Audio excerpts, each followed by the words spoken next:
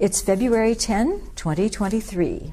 We're in Lancaster, Pennsylvania at the MDS annual gathering, and I am talking with Donald and Rachel Horst. We're from Newton, Kansas. Well, let's start sort of at the beginning. When and how did each of you get involved with MDS or learn about MDS? MDS actually started in our home congregation back in 1950 in Heston, Kansas. But my first actual work with MDS was in 1976 in the Big Thompson Canyon in Colorado from the flood there.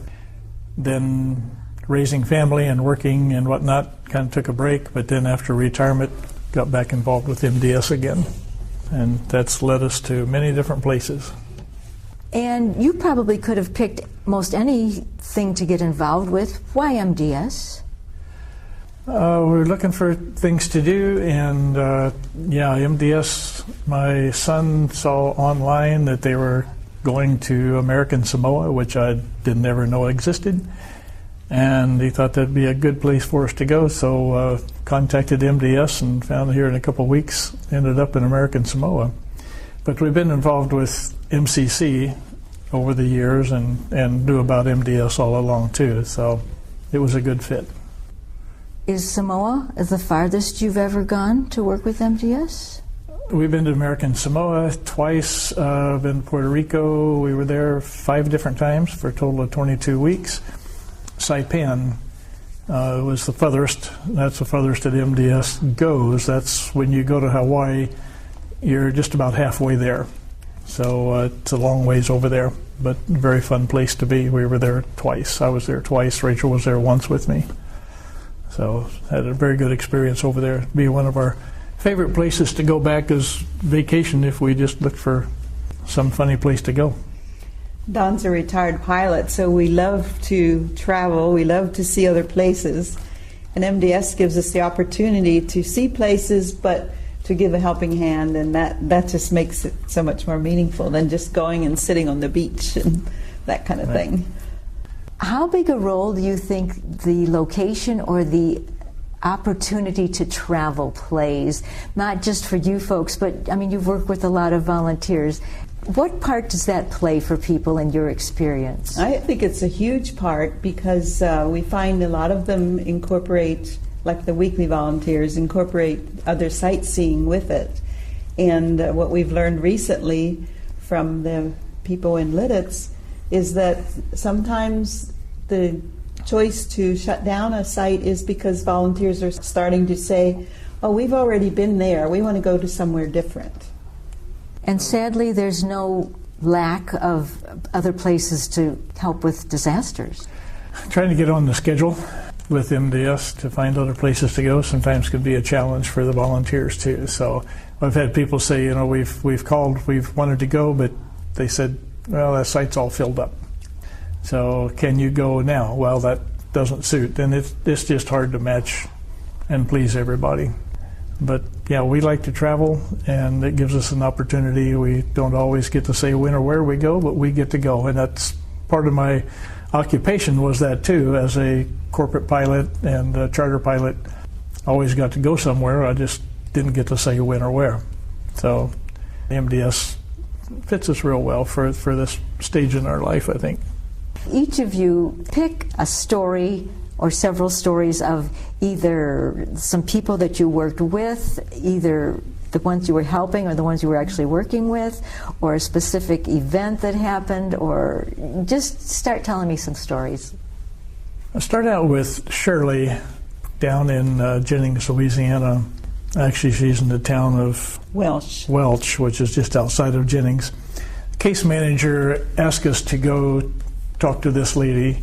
She's a black lady that has custody of 4 great-grandchildren and living in a mobile home that the roof had damage from the hurricanes and was just full of black mold, non-livable.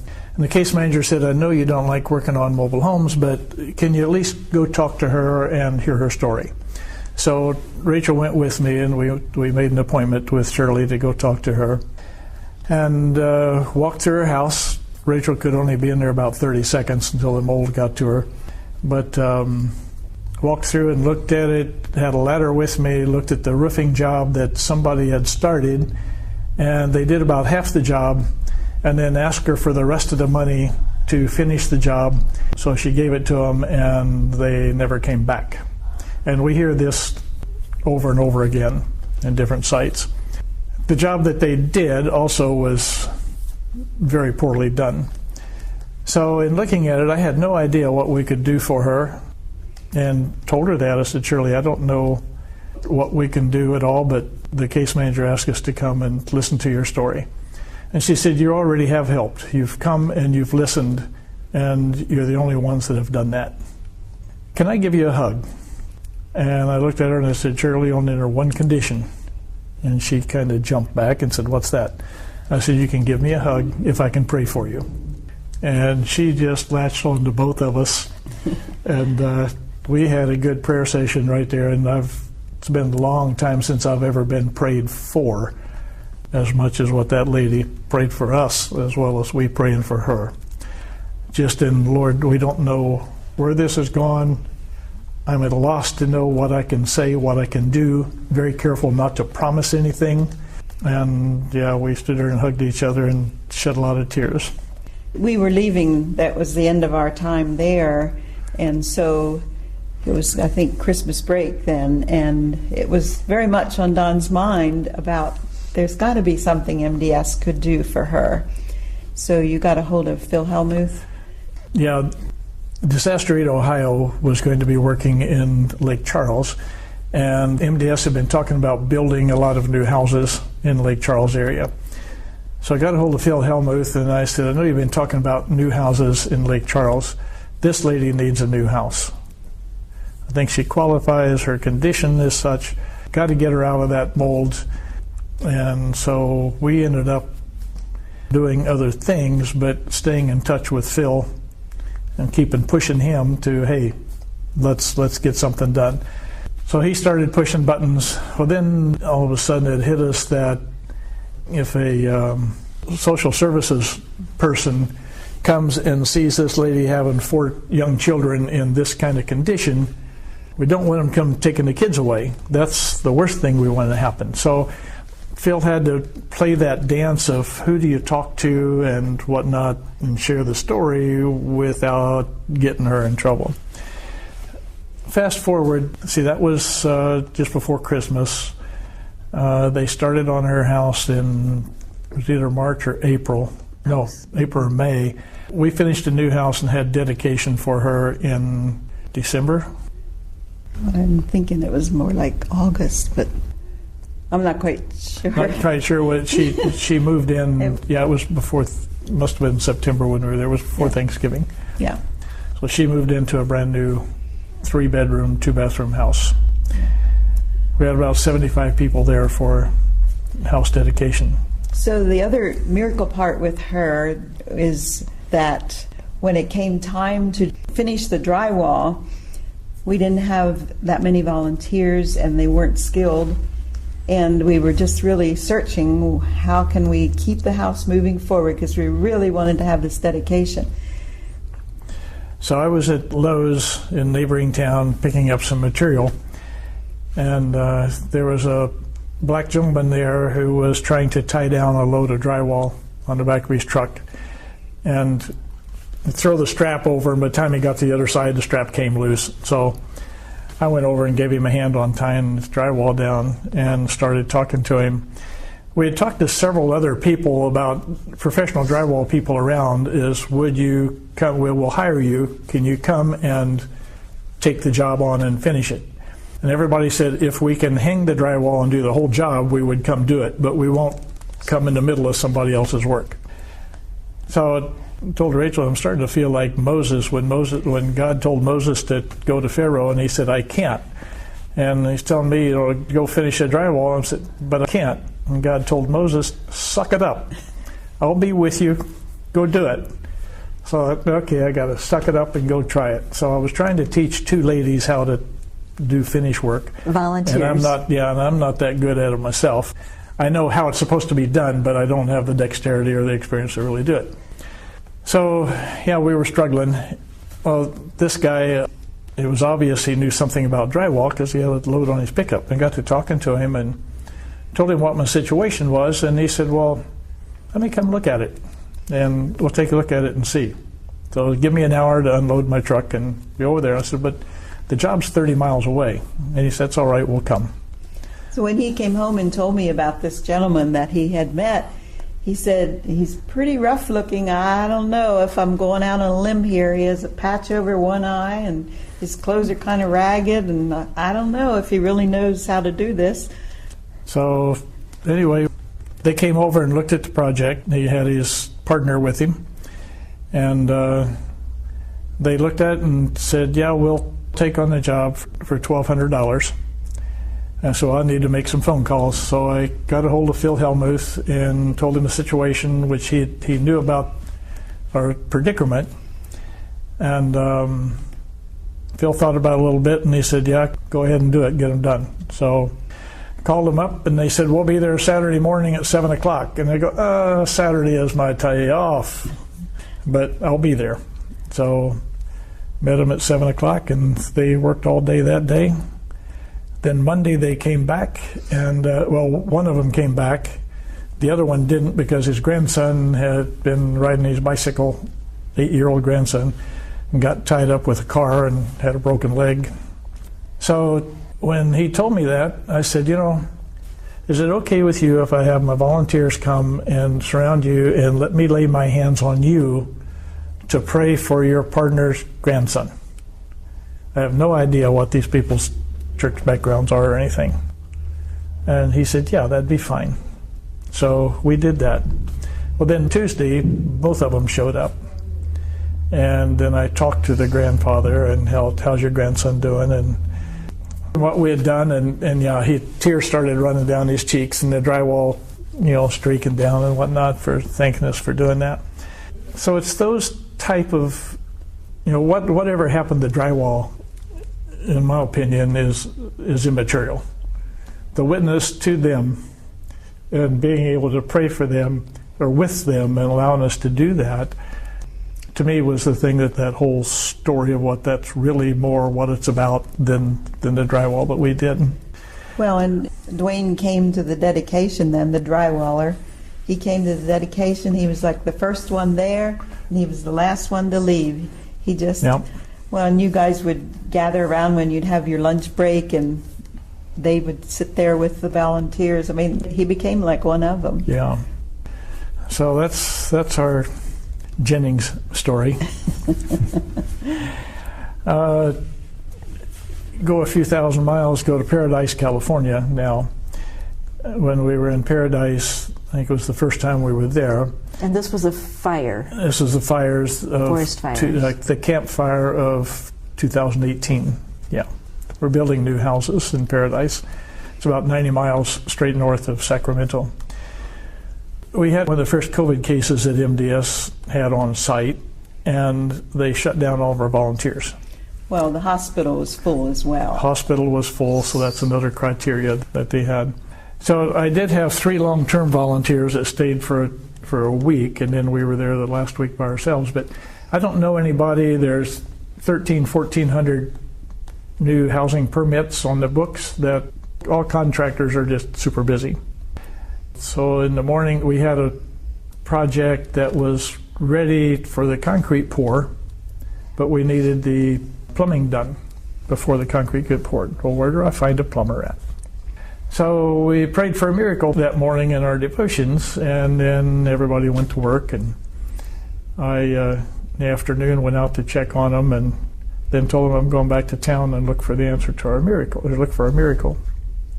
Was planning on coming straight back to camp, and there's an Ace Hardware about 2-3 blocks from our camp. And at the last minute, instead of turning to go to camp, I decided to stop at Ace Hardware and pick up a couple small things. And as I pulled in the parking lot, this big Mercedes van with XL plumbing on the side of it came up and pulled around me and parked right beside me. And when he got out, I said, "Excuse me, sir, but this morning we prayed for a miracle. I need a plumber.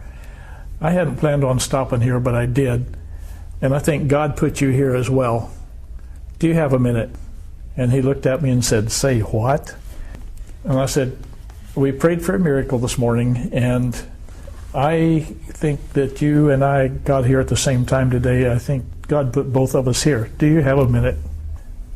So he looked at his son and said, go in and buy what we want. I need to see what this guy's up to. So took the blueprints, laid them out on the hood of the pickup, and showed him what we had. He said, how many other bids do you have? And I said, no, you don't understand. I'm not looking for bids. I'm looking for somebody that will give me a quality job for a fair price.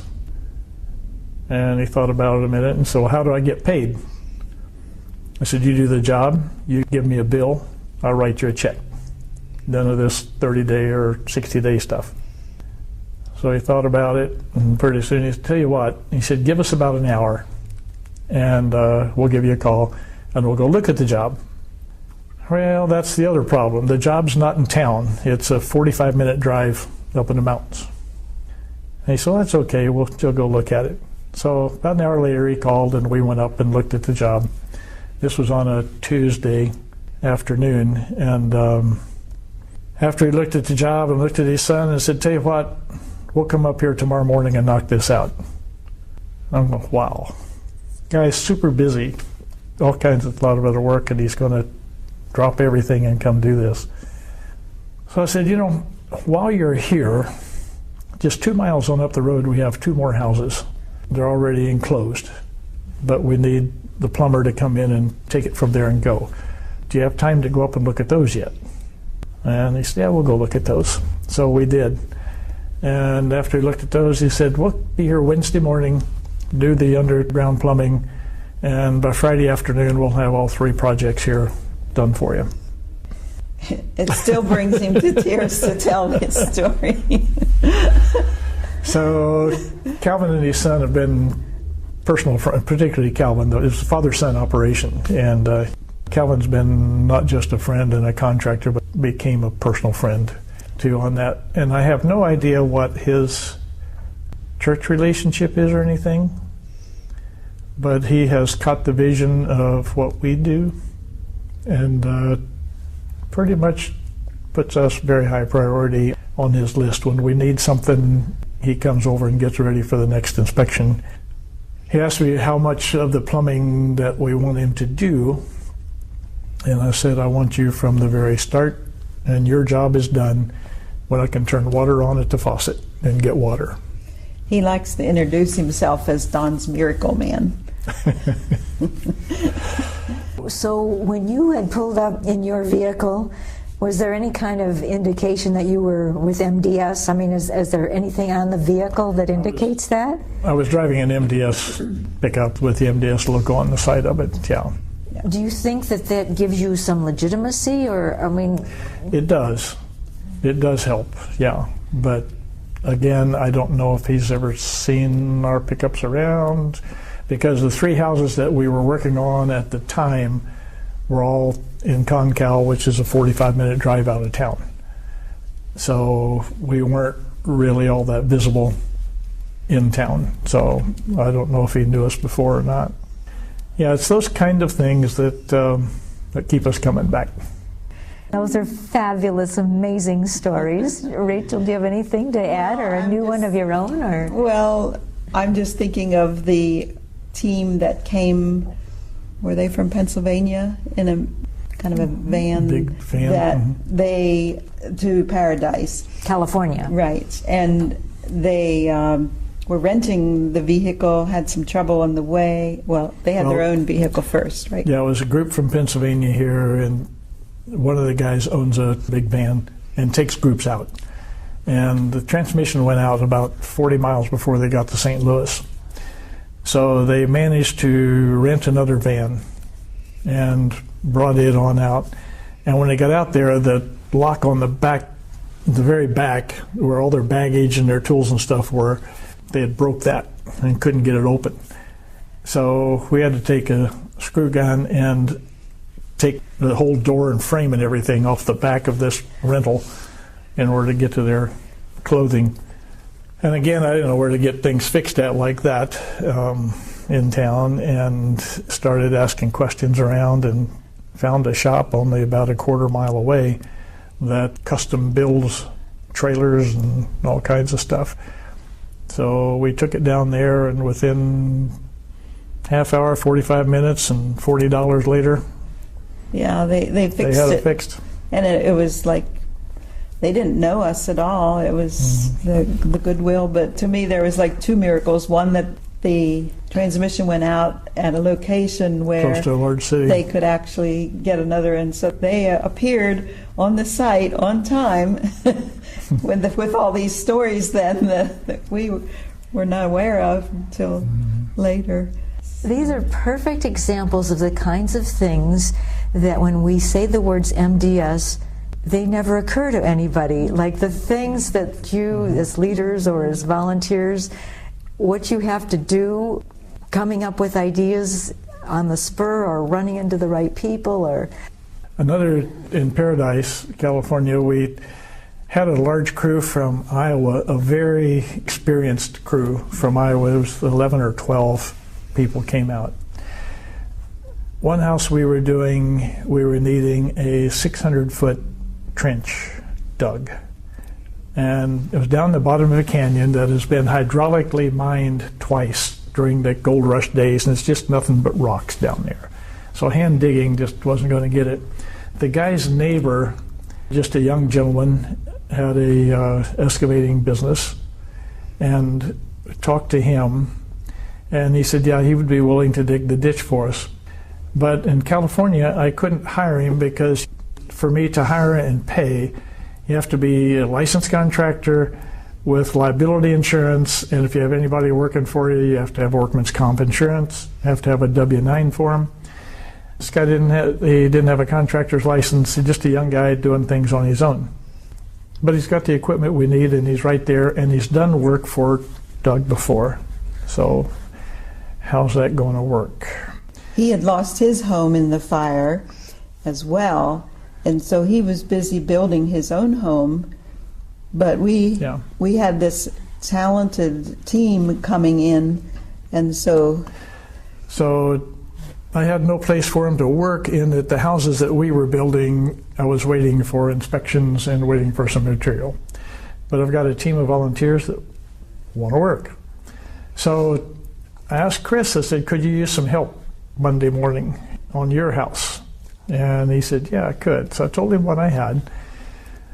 I said, I can trade you some labor. I can't pay you, but I can trade you labor. and you wouldn't need all of the permits and everything to do that. Right. So Monday morning I took 10 people over to his house and introduced them to him. He showed them what he wanted. His house was much larger than what we normally build, and yeah, it was quite different than working on an MDS house. But 17-year-old boy was a skid steer operator, and Chris had a skid steer and allowed him to run it, and he completely landscaped the place.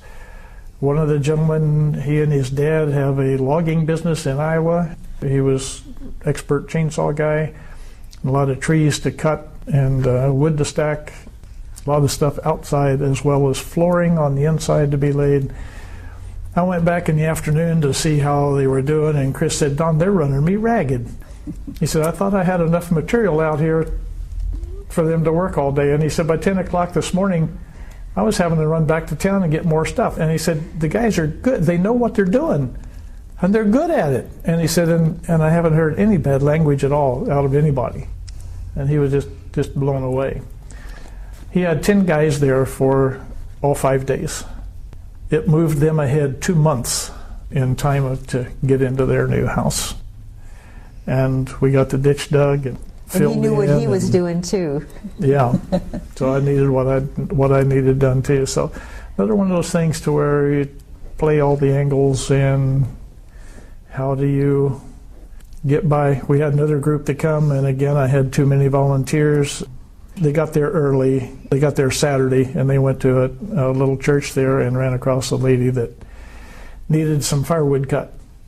And she had several big trees in her backyard that had been cut down but not taken away.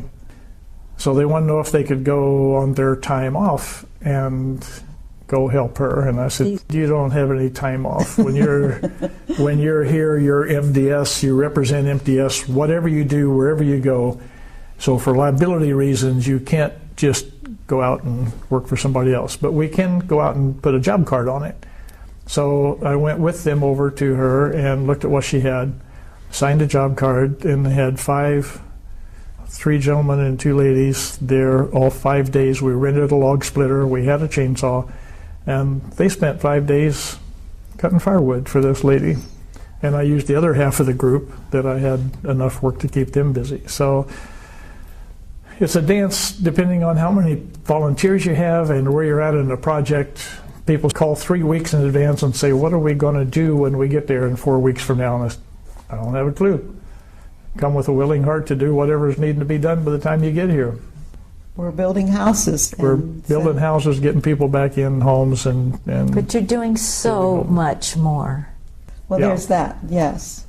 And we often find that the volunteers come with their own trauma and stories, to where sometimes we don't even see the homeowner on some job sites. And the outreach that happens, you had the one lady who had lost her husband to suicide, and she was trying to regroup and figure out life, and she was wanting to be a cook, but he had more cooks than he needed, so he said, are you open to going out on the job? And she learned how to lay flooring, and at the end of the week she felt fulfilled and like she was herself again. And she'd learned a new skill. Had self-worth, yeah. Yeah, I mean, there's so many beautiful things about serving together, and then what you get accomplished too, you feel good about. But relationships. Yeah, and I usually always carry chocolate chip cookies or dog biscuits with me, because it seems like everybody's got a big dog. And make friends with the dogs, and then that kind of helps the homeowner relax. And oh, you like my dog, then I'm going to like you. Yeah. I like that tip. Always carry dog biscuits with you. Yeah. So you've obviously given much of your time and skills and talent. And what have you received from MDS? What do we receive? The same thing, self-worth. It's fulfilling to know that you help someone get a little closer to getting back into or a new home, whichever it is. It's humbling because so many have gone through such trauma, and there's so many things we just take for granted. I mean, their ability to survive is amazing. I don't know if I would survive as well as many of them have. And the bonding that happens in the community when these traumas come in, we are witness to that, to where the community comes together. It's a strong example, because so often we're so independent when we have everything we need, and we just go about our business and don't worry about our neighbors as much. And we see them reaching out. I think the thing too, going on vacation with I used to golf a little bit, but I don't golf, I don't play shuffleboard, I don't play pickleball. So to go on vacation, what do you do besides sit around and tell the same stories you told for over and over again? We get to go out and go different places. We meet a lot of people. It's not without its challenges, but we have accomplished something, as well as we like to stop at national parks, we like to stop at state capitals, covered bridges back east, waterfalls, a few things. We smell the roses on the way. And when we are at these sites, we try to do the same thing, especially on the weekend, if we can get a day off, to go around and see what's there. And so it gives us some fulfillment too, in that we've been able to go out and go, as long as the Lord's given us our physical health to do that. It's been interesting when we became involved with the bridge project back in 2015-16 in West Virginia. My mother, before she was married, spent a year of volunteer service as a LPN in the mountains of West Virginia. And it's just kind of interesting to see that cycle of being able to be back in West Virginia doing something for the West Virginians. Crisfield, Maryland, we were there twice. Before I was married, I was driving an 18-wheeler in the Eastern Shore and had a truck accident, ran over a 66-year-old black man and killed him. And to be able to be back in Crisfield within about 30 or 40 miles of where that accident happened, and to be able to give back, was just a powerful thing for me to do. And then at the all-unit meeting 4 years ago now, that was in Asheville, North Carolina, just came off the bridge project, went down to the meeting, and after the banquet that evening, became sick and found myself in the hospital for 11 days. Had a non-aneurysmal bleed in the back of my head. And yeah, I feel like the Lord gave my life back to me again. So yeah, between that, the truck accident when I ran over the gentleman when I was 21 years old, I crawled out of the truck with a bruise on my hand, and a couple of days later could not get back in the truck where I crawled out. So yeah, we've been given a lease on life a couple of times that as long as we have our health, why wouldn't we? Thank you for your stories. Anything else that you'd like to share? Final words or thoughts or words of encouragement? Or we like when the young people come out. It gives us a chance. I always tell on orientations, I'm not looking for speed. I'm not looking for quantity of work. I'm looking for quality of work. Pay attention to detail, how a mistake here will lead to later down the road, it'll bite you. It's okay to make a mistake. It's not okay to walk away from it. Tell somebody, we'll fix it. It's okay to make them, we all do. But to take young people and teach them skills, or to even older people that come and say, I really don't have any skills, and say, well, you will by the weekend. So never too late. Come with an open mind and an open heart, and we will find something for you to do that you will feel good about. And so those challenges, biggest challenge is to make sure that everybody has a good time. Get some work done. Make sure everybody has a good time. We really appreciate the home office support that we get. You can count on getting the equipment you need, and people listen to you and care. They're very supportive. Mm-hmm. What happens behind the scenes is critically important to make this all work. Yeah. We had a young lady working with us in Jennings this last fall that I had 2 different job sites to work on, had people that I needed to split up, only had 1 crew leader. So what do you do? And this gal was 21, 22 years old. She was there with her grandma was our assistant cook. So I tapped the young lady on the shoulder and said, this is what I need. I need a crew leader, and I'm going to give you, I think it was 5 or 6, I think it was all young girls, to go to this house, and we'll take you out there and show you what needs to be done, help you pick out the equipment that you need, make sure that you're all there and go. And she said, oh, I'm not. It was her first time to be on an MDS site, and I'm going to make her a crew leader. And I said, you can do it, and I promise you that I won't let you stuck. I won't embarrass you, I won't let you stuck. I'll give you everything you need, and I've got your back. So I had to push her, but she agreed to do it and did a fantastic job. By the end of the week, she was tall cotton. She was doing great.